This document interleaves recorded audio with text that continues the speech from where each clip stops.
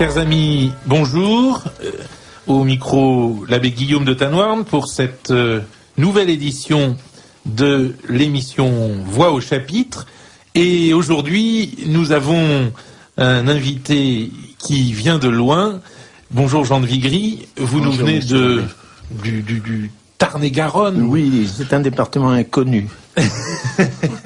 et pour moi qui, au sud de la Loire, suis complètement perdu, peut-être encore plus que pour beaucoup d'auditeurs quand même. Vous venez, Jean de Vigry, nous parler de votre dernier livre, un livre que vous avez publié aux éditions du Cerf sur les pédagogues et que vous avez sous-titré « Essai historique sur l'utopie pédagogique ». Alors, pour les auditeurs, je dirais juste quelques mots de votre œuvre, parce que vous êtes vraiment maintenant à la tête d'une œuvre importante, et vous représentez pour moi, alors là je parle de façon très subjective, mais très enthousiaste aussi, une véritable intelligence de l'histoire. L'histoire, vous savez, pour les philosophes, c'est un ensemble de faits tout à fait singuliers, irreproductibles, et finalement incompréhensibles de ce point de vue. Et ce que vous avez essayé de montrer au long de votre carrière, c'est une intelligence de ces faits historiques singuliers. Et vous avez beaucoup travaillé sur le XVIIIe siècle. Vous avez publié donc une histoire et dictionnaire du XVIIIe siècle en collection bouquins. Vous avez publié un Louis XVI. Vous avez tout récemment publié quelque chose sur Madame Élisabeth, donc la sœur de Louis XVI. Madame Élisabeth, vous avez sous-titré ça « Le sacrifice du soir ». Donc le XVIIIe siècle est peut-être le siècle dans lequel vous êtes mu le plus volontiers. Oui, finalement, j'y suis arrivé parce que j'étais parti du XVIIe. Mais on descend toujours. On est attiré en quelque sorte par la catastrophe finale, par 1789. Et puis on m'a demandé ce livre pour la collection bouquins. Guy Scheller me l'avait demandé et cela m'a implanté dans le XVIIIe siècle, où je vivais peu jusqu'alors. Mais là, j'ai bien été obligé d'y vivre toute la journée et même une partie de mes nuits pour faire le dictionnaire. Voilà, vous avez 2000 pages à peu près, enfin avec des notices sur les personnages. Les personnages, les choses, la cuisine, la météorologie, enfin tout. Voilà. Et vos premières amours en histoire ont concerné déjà l'éducation. Vous avez publié une thèse donc sur les frères de la doctrine chrétienne au XVIe, XVIIIe siècle. Les pères de la doctrine chrétienne. Les pères de la doctrine qu'on appelait aussi les doctrinaires. Et qui ont laissé leur nom à un parti politique sous la Restauration, le parti des doctrinaires. Ça vient de là. Joubert, Royer-Collard, Laromiguière étaient d'anciens doctrinaires. Cela vient de là, oui. Ah, oui, ça c'est extraordinaire. Et ils ont été fondés par César de Bus en Provence, près d'Avignon, au XVIe siècle, à la fin du XVIe siècle. Et c'est une congrégation qui a joué un rôle important parce qu'elle a eu une 50aine de collèges, comme l'Oratoire de France. Et elle était concurrente des Jésuites. Et c'est ainsi que je suis entré dans l'histoire de l'éducation avec ma thèse de doctorat ès lettres. C'est ça. Et ensuite, vous avez fait un livre, un peu une synthèse sur l'éducation. Et auparavant, j'avais enseigné dans l'enseignement primaire, j'avais formé au certificat d'études de jeunes Arabes en Algérie pendant mon service militaire. Donc je suis passé par l'enseignement primaire, le certificat d'études, ensuite l'enseignement secondaire et enfin l'enseignement supérieur. Oui, et ça c'est un point important, c'est que je parle de votre œuvre, mais vous êtes aussi un professeur, si cela existe, par vocation. Enfin, vous êtes essentiellement professeur, transmetteur. Je ne sais pas si on est professeur ou si on le devient, mais je le suis devenu. Voilà. Alors, nous allons parler tout à l'heure de ce que vous pensez, non pas des professeurs, mais des pédagogues. Ce sont des gens, d'ailleurs, auxquels vous reprochez souvent de ne pas avoir assez pratiqué. Bien sûr, ils conseillent. Ils donnent des conseils. Ils donnent des conseils, c'est ça, oui. Alors, nous verrons qui vous visez. Mais je voudrais d'abord, conformément à l'habitude dans notre émission, je voudrais que chacun nous donnions nos coups de cœur. Ma collaboratrice Anne Lepape qui est à ma gauche. Bonjour Monsieur l'abbé. Et puis Elisabeth de Vigry qui est aussi avec nous. Mais nous allons quant à nous intéresser plutôt pour l'instant aux pédagogues, si vous voulez bien, à l'histoire de l'éducation. Et il s'agit au fond, pour vous Jean de Vigry, d'expliquer comment l'éducation nationale d'aujourd'hui peut connaître une telle déconfiture. Enfin, il me semble que jamais, par exemple, les cours particuliers n'ont été aussi nombreux. Academia en fait ses choux gras. Mais je pense, Elisabeth, les professeurs comme vous en font aussi leurs choux gras. Nous, parce que on en fait nos choux gras vous pour êtes deux un raisons. professeur classique, de lettres classiques. Et je crois savoir que les parents d'élèves apprécient beaucoup vos services. Nous, on est, j'allais dire, c'est pas qu'on n'a pas le choix, c'est que si on a le choix, mais on peut le faire pour deux raisons. D'abord parce que la demande est abondante, elle est énorme, elle est continuelle, elle est quotidienne. D'autre part, nous, il nous faut bien vivre. Voilà. Et alors donc l'école n'enseigne plus et on va chercher ce que l'école n'enseigne plus auprès de professeurs qu'on va payer. Finalement, on arrive à une éducation à deux vitesses au nom même du principe de l'éducation nationale, parce que ceux qui ne veulent pas participer à la débâcle et qui ont assez d'argent pour faire en sorte que leurs rejetons n'y participent pas, eh bien vont se trouver de pouvoir faire appel à des professeurs supplétifs. Ils payent une double scolarité. Il y a un marché qui s'est ouvert, Voilà. qui est sans limite. Alors essayons de comprendre ce qui est arrivé. Vous insistez beaucoup, Jean de Vigry, pour dire que cette catastrophe ne s'explique pas par des circonstances immédiates et contingentes, qu'il faut aller chercher assez loin dans l'histoire, au fond. Non, on accuse très couramment les réformes. On parle des réformes, on se lamente à leur sujet, on les déplore, mais les réformes ne sont que la cause immédiate. La cause profonde, il faut la chercher, c'est ce que je dis dans ce petit livre, il faut la chercher dans les idées, dans les rêveries des pédagogues, c'est-à-dire des théoriciens qui ont voulu conseiller les professeurs, qui ont voulu conseiller les maîtres, sans avoir eux-mêmes l'expérience de l'enseignement. Oui. Alors vous êtes venu au Centre Saint-Paul hier nous parler de ces pédagogues. Vous nous avez parlé d'Erasme, vous nous avez parlé de Comenius, vous nous avez parlé de Jean-Jacques Rousseau. Mais d'abord, vous nous avez parlé, si j'ose dire. Voilà, et c'est ce qui m'amuse. J'ai retrouvé un grand article de vous paru dans Présent, Jean de Vigry, qui répondait à la question. On vous avait posé la question, comment écrivez-vous? Et vous avez répondu, j'écris seul, dans le silence, chez moi. Donc c'est un peu court. Je vais plutôt raconter comment je parle.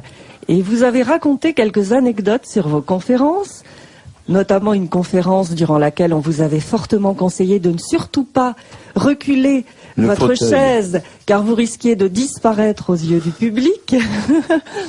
Mais donc, quelle impression avez-vous eue de la conférence d'hier soir? Eh bien, j'ai eu l'impression d'être devant un public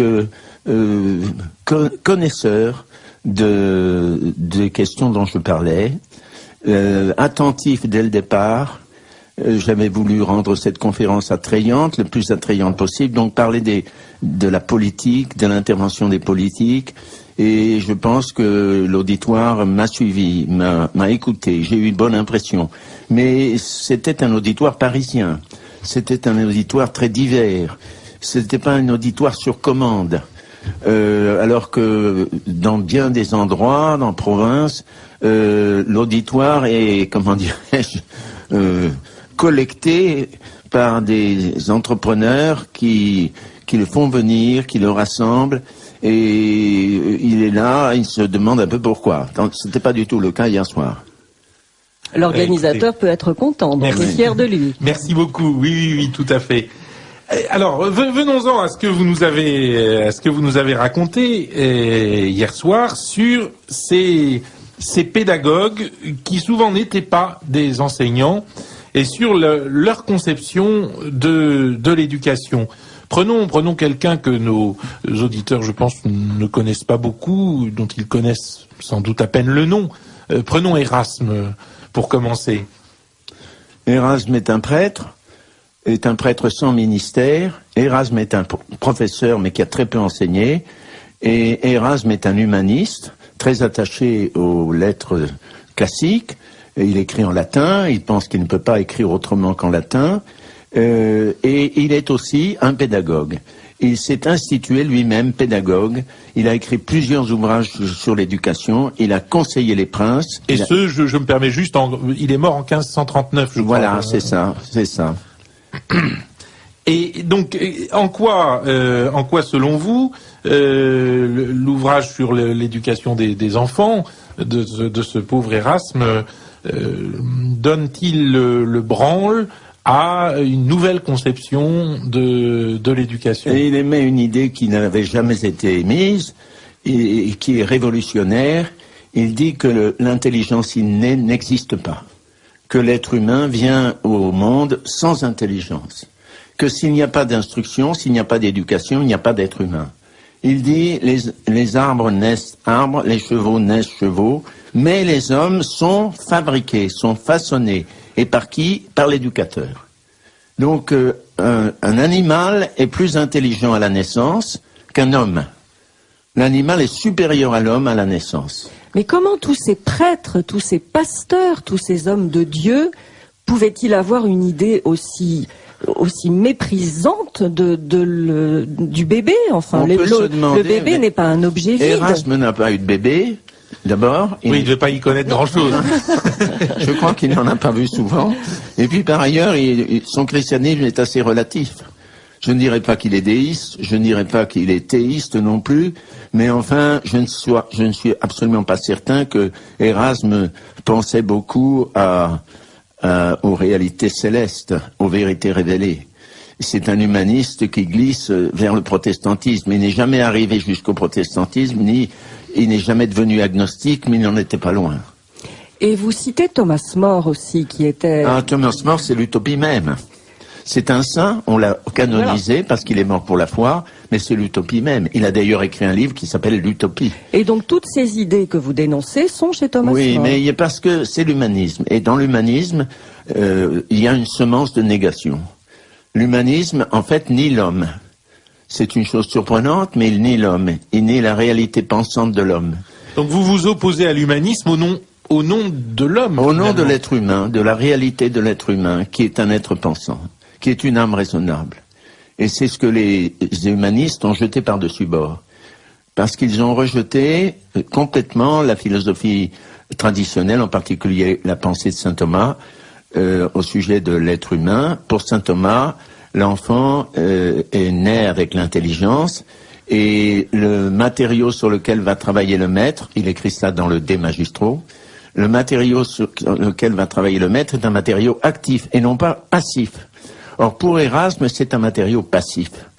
On le façonne, on le modèle, c'est de la cire. Et d'ailleurs, il faut se dépêcher parce que la cire risque de durcir. Donc il faut commencer à malaxer, à modeler la cire dès le départ. L'enfant étant tout petit. L'enfant n'est rien, donc il faut commencer tout de suite.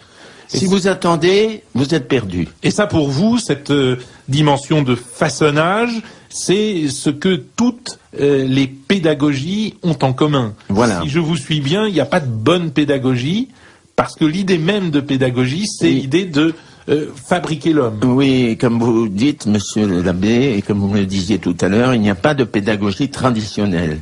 Il y a des principes de la pédagogie traditionnelle, ce que je viens de dire au sujet de saint Thomas d'Aquin. Et il faut considérer l'enfant comme, non pas comme un matériau, non pas comme un objet, non pas comme un vase à remplir, non pas comme une cire qu'on malaxe, mais comme une intelligence qui s'éveille et qu'il faut exercer tout de suite. Et il faut s'en occuper tout de suite, mais non pas pour la malaxer, la façonner, mais pour lui donner le sens de son propre exercice, pour l'aider à s'exercer elle-même, à s'éveiller. C'est ça la pédagogie traditionnelle, s'il y en avait une.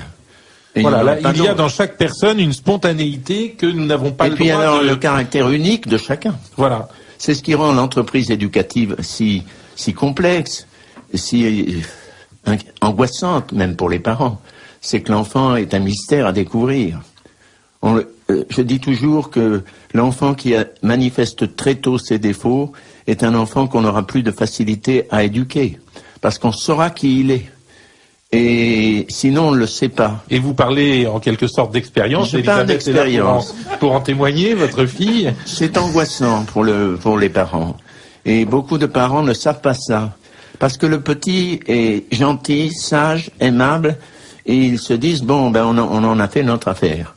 Et les grandes surprises viendront ensuite. Et il faut donc savoir que chaque enfant est un mystère. Chaque enfant est un mystère qu'il faut essayer d'élucider. Alors nous, chrétiens, nous le confions à la Providence, ce mystère, parce que nous le partageons avec le Créateur, avec l'être qui a créé l'enfant. C'est le sens de procréation. Donc nous agissons de concert avec la Providence. Et on ne peut pas éduquer un enfant autrement. Bah, écoutez, c'est magnifique. Et je suis heureux de vous entendre dire cela parce que je vous avoue, c'est ce que je trouvais sortant de votre livre, où vous étriez un certain nombre de pédagogues.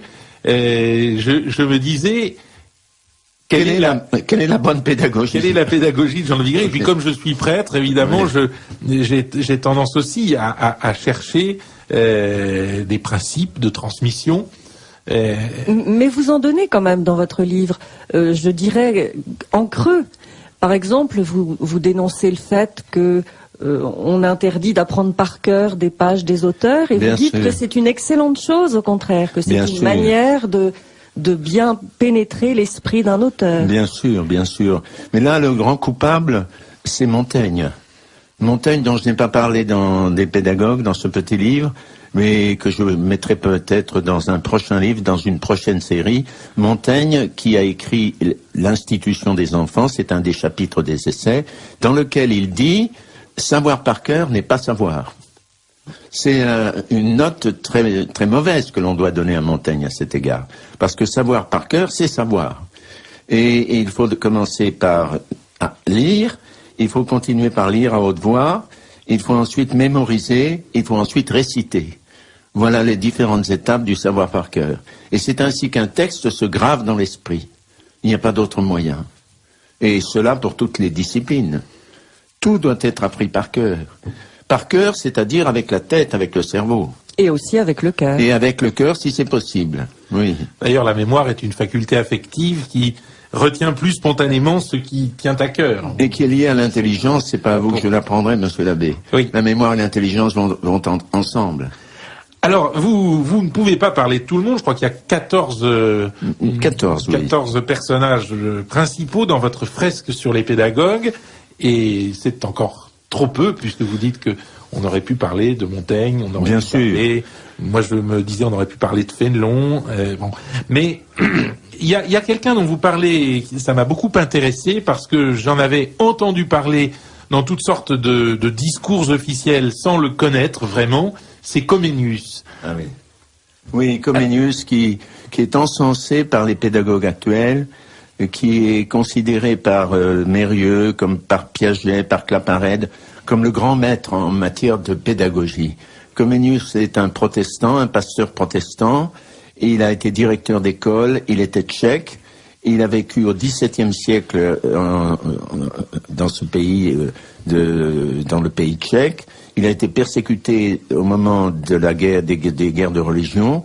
Il a été un homme malheureux, il a perdu sa femme et ses enfants. Enfin, c'est un homme qui inspire la pitié et la compassion. Et c'est l'auteur de la grande didactique dans laquelle il dit « il faut enseigner tout à tous ». C'est sa devise publicitaire en quelque sorte. Et je citais hier soir, après la formule de Comenius, celle du ministre de l'Éducation nationale, M. Luc Chatel, disant « l'école de la France est l'école de la réussite de tous ». Et si on pousse un peu M. Chatel, on lui fera dire, sans difficulté, que l'école de la France est celle qui enseigne tout à tous. Oui, c'est ça. Et c'est dans donc Comenius est très présent. Et on comprend la prédilection des pédagogues pour lui. On la comprend. Et c'est un inconnu qui est célèbre. Qui a exercé une grande influence et qui est cartésien par certains côtés. Justement, venons-en à Descartes, qui est une des faiblesses de la bête noire. Oui, mais dont il n'est pas question dans ce livre. Si, il en est question. Page 104 et page 132. Anne, vous êtes une redoutable lectrice. Parce que Jean de Vigry dit que Descartes avait bien l'ambition de changer le monde. Oui, c'est ça. Et dénonce cette ambition. Oui, c'est fabriquer un monde nouveau. Il y a chez Descartes l'embryon d'un messianisme de l'éducation, d'un messianisme scolaire. Fabriquer une terre nouvelle, des cieux nouveaux, une terre nouvelle. Et tous les pédagogues qui viendront après auront cette ambition, que Descartes leur a en quelque sorte communiquée. Il y a cela. Pour lui, la méthode est radicale, il faut considérer comme fausses toutes les choses dont on peut douter. C'est ça, le principe de la nouvelle éducation. Et ses disciples, les jansénistes, Lamy, Nicole, dont je parle, Malebranche, dont je parle aussi, partagent ce point de vue. Et les pédagogues du XIXe siècle reprendront cette ambition. Pas ceux du XVIIIe. Ceux du XVIIIe, eux, veulent simplement améliorer l'espèce humaine qu'ils considèrent comme une espèce animale. C'est ce que dit Condorcet. Une bonne instruction améliore l'espèce humaine. Mais pour lui, l'espèce humaine, c'est comme une espèce de chevaux ou de chiens. Donc au XVIIIe siècle, il y a une éclipse du cartésianisme, d'une certaine manière, dans la pédagogie. Mais nous voyons renaître ce messianisme scolaire au XXe siècle avec les pédagogues de l'école nouvelle. Chez Mérieux en particulier. Mérieux, dans sa lettre à un jeune professeur, dit cette chose à la fin du livre. Il dit, vous, maître d'école, vous, professeur, vous allez construire une humanité nouvelle. Et vous expliquez bien que ces idées sont donc anciennes, mais qu'elles n'ont été mises en pratique qu'après la Seconde Guerre mondiale. Oui, elles sont anciennes. Vous savez, c'est très proche à l'échelle du temps, à l'échelle de l'histoire de la Terre, à l'échelle de l'histoire du monde. On considère maintenant, c'est la déformation des esprits, une grande déformation des esprits, que se trouve très loin ce qui se passe au XVIe et au XVIIe siècle. Or, c'est tout proche. C'est tout proche et on s'aperçoit quand on étudie l'histoire des idées que c'est même d'une proximité extraordinaire. Alors il faut se débarrasser de ce préjugé du caractère lointain des siècles passés. Et donc il y a eu non-application de ces idées pendant longtemps. Et puis un beau jour, on les a appliquées et j'ai tenté d'expliquer hier soir comment cela s'était passé. Dans un premier temps, l'État s'est emparé du monopole de l'enseignement, et dans un deuxième temps, au XXe siècle, cela se passait au début du XIXe siècle, et dans un deuxième temps, au XXe siècle, l'État a adhéré à l'utopie pédagogique, de façon à ce que, de cette manière, tout le système scolaire a été contaminé. Donc peu importe la réalité, il faut plier la réalité. Ah bien sûr, il faut faire entrer l'utopie dans la réalité. Préjugés. Voilà, ce que souvent on ne pensait pas possible. On ne croyait pas que ce serait possible. On admirait l'utopie comme un monde inaccessible. C'est ainsi qu'on a admiré l'utopie de Thomas More. On l'a admiré comme quelque chose de très lointain, de très beau. Et puis tout d'un coup, on s'est aperçu qu'on pouvait la réaliser. Mais c'est très récent, c'est très récent. Et j'allais dire, on n'a pas fait exprès. On s'est dit, on va la réaliser. Est-ce que c'était un plan concerté? Je ne sais pas, mais tout d'un coup, on l'a réalisé. Et à partir de ce moment-là, l'utopie est devenue vulnérable, parce qu'elle était réalisée, comme dit Berdyaev. Et au fond, une utopie qui se réalise, ou qui tente de se réaliser, donne naissance à ce qu'on appelle couramment l'idéologie. C'est ça. Finalement, c'est-à-dire la réalité est désormais enveloppée par l'idéologie. Elle est déjà manipulée par l'idéologie. On ne la voit plus. On ne la voit plus, car l'idéologie, l'utopie, voile la réalité. On ne voit plus la réalité sensible. Elle est comme masquée entièrement. Le rêve a pris la place voilà, c'est ça. Du réel.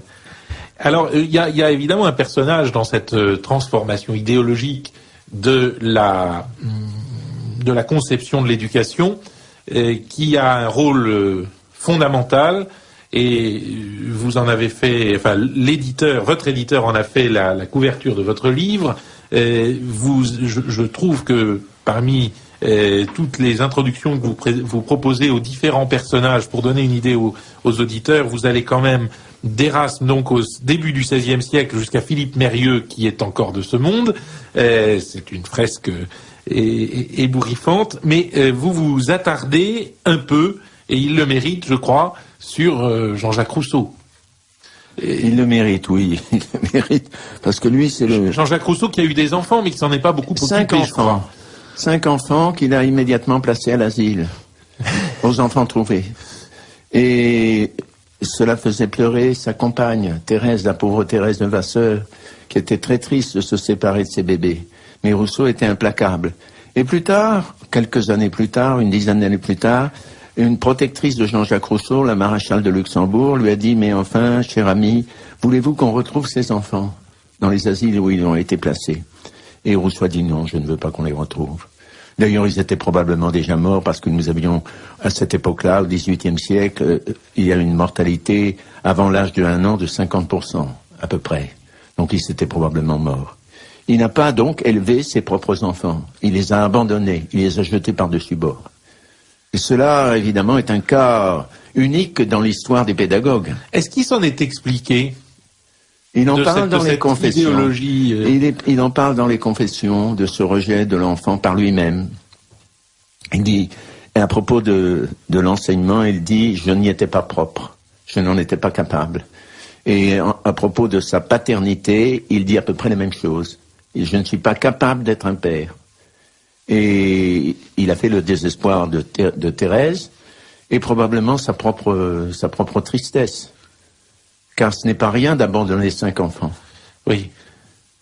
Voilà, on peut se dire 5 cas uniques parmi les pédagogues. Condorcet a une petite fille. Il paraît le plus humain dans oui, cette vous avez raison. Ça ferait plaisir à Madame Coffinier, qui aime beaucoup Condorcet. C'est le plus humain. Et quand il écrit quand il présente son plan de pédagogie à l'Assemblée législative, il pense certainement à sa petite fille parce qu'il dit, jusqu'à l'âge de 8-9 ans, c'est aux parents d'élever les enfants. Il ne les confie pas immédiatement à l'école. C'est le plus humain de tous. Et d'ailleurs, il le paiera de sa tête. Alors, revenons à Jean-Jacques Rousseau, qui n'est pas le plus humain, malgré ses grandes proclamations d'humanité, et qui est donc ce pédagogue vraiment très paradoxal, ce pédagogue qui n'aime pas les enfants, mais qui se met en scène tout de même en tant que pédagogue dans un livre qui est important, qui a 4 grandes parties, et qui est l'Émile. Un livre dont on ne parle pas beaucoup, mais qui est quand même l'un des maîtres livres de Jean-Jacques Rousseau. C'est pas un livre anecdotique dans son œuvre. C'est très lié au contrat social, qui paraît d'ailleurs presque en même temps.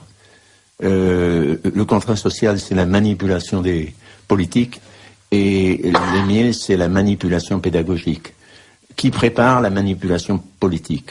D'ailleurs, Émile se voit enseigner la théorie du contrat social, qui est déjà là. Il doit être un bon citoyen, c'est-à-dire un individu au milieu de l'ensemble. Il doit apprendre cette façon d'être. Oui. Et donc voilà notre cher Rousseau qui, ayant mis ses enfants à l'asile, comme vous dites, à l'assistance, dirions-nous, se trouve donner des conseils pour l'éducation d'un enfant qu'il a appelé Émile, un enfant un peu curieux. Qui n'existe pas. Un enfant qui sort entièrement de l'imagination de Jean-Jacques Rousseau. Il n'a pas de maison, il n'est jamais question de la maison d'Émile. Où est-il? Où vit-il? A-t-il une chambre? On ne le sait pas. Il n'a pas de parents, on n'en parle jamais. Il n'a pas de frères et sœurs. Il est comme Tintin pour ça. C'est difficile d'imaginer un enfant pareil. Et pourtant, Rousseau, avec son intellect, sa grande imagination, a conçu cet enfant qu'il va construire entièrement. Et il va en faire ce qu'il appelle un sauvage citadin. Car Émile doit vivre dans les cités. Il ne peut pas vivre dans la campagne. Il doit vivre dans les cités. Et dans les cités, il est un sauvage. Oui, il est un sauvage, mais il doit se nourrir de sang humain. C'est ce que dit Rousseau. Je le cite cela dans les pédagogues. Il doit se nourrir de sang humain pour devenir vraiment un être humain lui-même. Et c'est pourquoi il doit aller vivre dans les très grandes villes, parce qu'il y a plus de sang humain à boire. C'est un passage extraordinaire qui n'a jamais été bien expliqué, sur lequel je m'interroge encore. C'est très curieux, oui, parce que au fond, on aurait là presque l'idée, si on prend des les perspectives de René Girard, que Oui. il y a un recul de Rousseau du christianisme à une forme d'archaïsme et C'est une forme d'anthropophagie. voilà un retour au L'être sacrifice humain doit se au nourrir cannibalisme. des autres êtres humains. qui C'est fait- d'ailleurs la pensée des Lumières. La pensée des Lumières, c'est qu'on a besoin des autres. On ne peut pas exister si les autres ne vous rendent pas des services constamment. Et vous-même, vous devez rendre des services aux autres pour en mériter. Il y a une espèce de réciprocité constante. Le citoyen, c'est celui qui se nourrit des autres pendant que les autres se nourrissent de vous. C'est ça. Et c'est cela, sans doute, que Rousseau a voulu dire en conseillant à Émile d'aller vivre dans les grandes villes. C'est ce qu'il appelle le moi commun. Le moi commun, c'est ça. c'est ça. Le tout. On peut peut-être Monsieur l'abbé, oui, permettez-moi de lire deux messages d'auditeurs de Radio Courtoisie. Donc, pour revenir très rapidement à Jeanne d'Arc, Monsieur l'abbé, dit un auditeur, rassurez-vous, dans les années 50, il n'était pas question de Jeanne d'Arc à Sciences Po. L'enseignement de l'histoire commençait avec l'époque de Machiavel. Et je suis un ancien cancre de Sciences Po, dit ce monsieur. Un autre auditeur de Radio Courtoisie précise que Thérèse Levasseur repose dans une tombe très modeste, seule, au cimetière de Plessis-Belleville, dans l'Oise, au nord de Paris, près de Dammartin-en-Goual. Eh bien, je remercie cet auditeur, car je l'ignorais. oui, c'est un curieux personnage que cette L'Assemblée femme- nationale lui avait voté une subvention, parce qu'elle avait adressé une demande à l'Assemblée, parce qu'elle n'avait pas les moyens de vivre. Donc on en a fait une pensionnaire de l'État. Et elle est venue, je crois, à la barre de l'Assemblée. Vous savez qu'on leur rendait, pendant toute la Révolution, on a rendu un culte à Jean-Jacques Rousseau. Oui. Aux mânes de Jean-Jacques Rousseau. Qu'est-ce que c'est que les mânes de Jean-Jacques Rousseau? Est-ce que c'est son âme? Est-ce que c'est son souvenir? Je ne sais pas. Hey. En tout cas, la Révolution se sentait légitime pour tenter d'entreprendre, de réaliser l'utopie Le contrat social. sociale de Rousseau. Oui, elle s'y est essayée. Rousseau est le maître de Robespierre. Encore que maintenant, on puisse dire que Robespierre s'inspire davantage de Montesquieu que de Rousseau. Car qui a dit Ça, c'est pas possible. l'amour de la patrie, c'est l'amour de l'égalité, dit Montesquieu. Et c'est exactement ce que dit Robespierre. L'amour de la patrie, c'est l'amour de l'égalité. Donc, il y a un lien plus fort entre Robespierre et Montesquieu que le lien entre Robespierre et Rousseau. Ça, c'est très surprenant parce que on a quand même l'impression que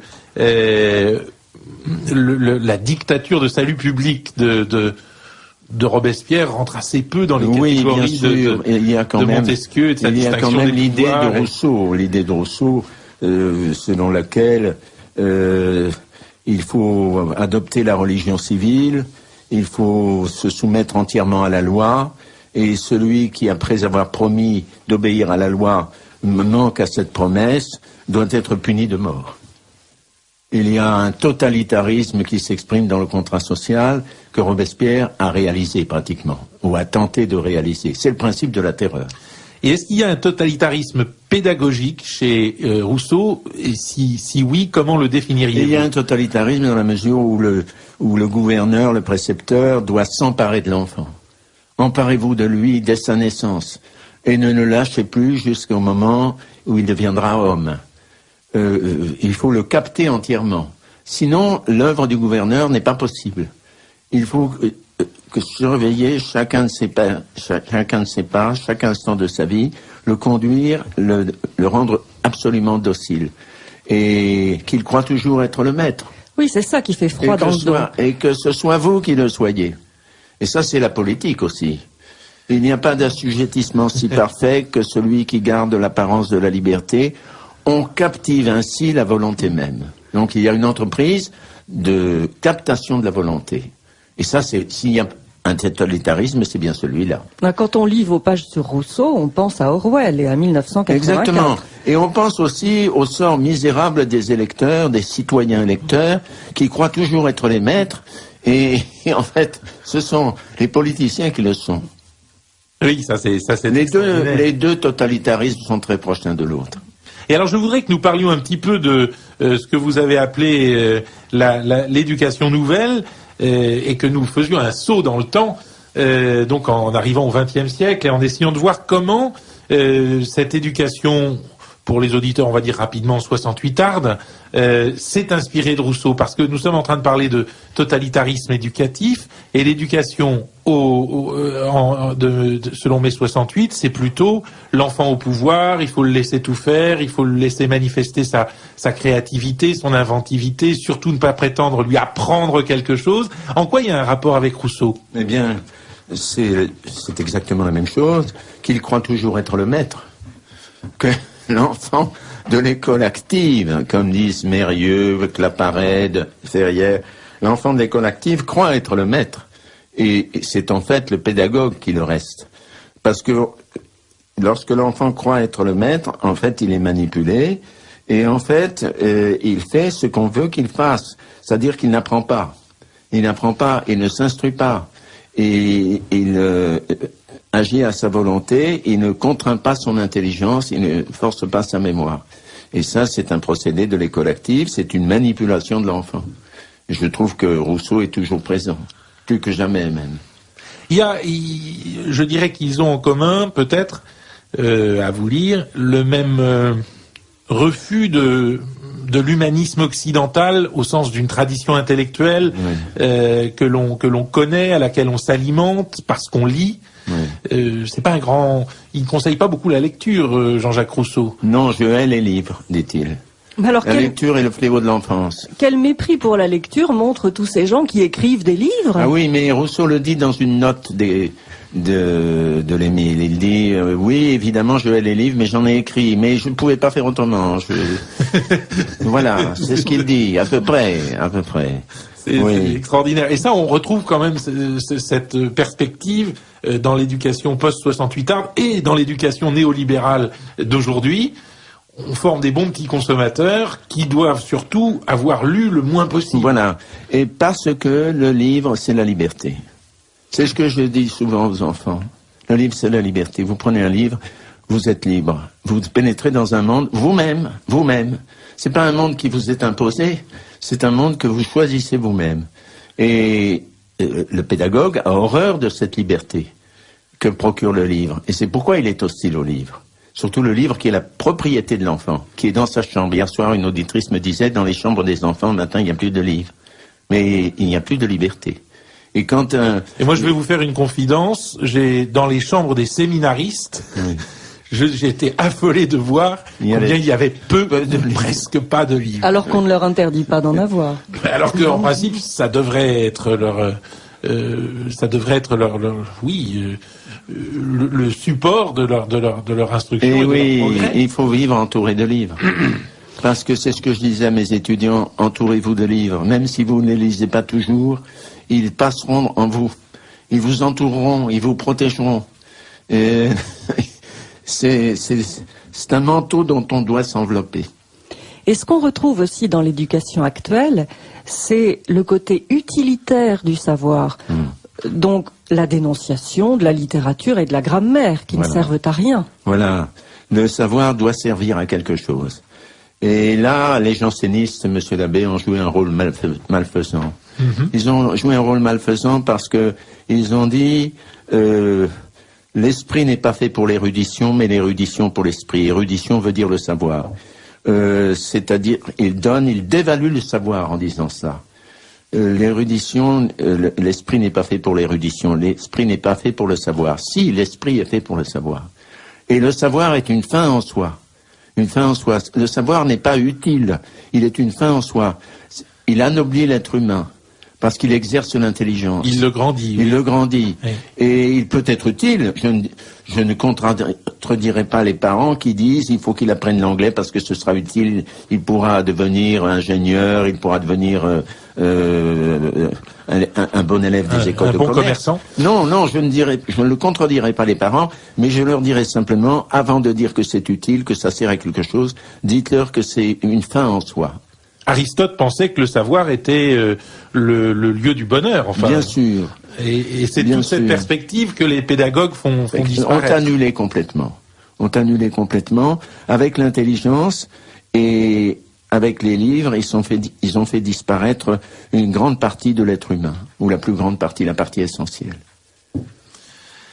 Alors, qu'est-ce que vous conseilleriez pour sortir de cette logique totalitaire de la pédagogie et des pédagocrates?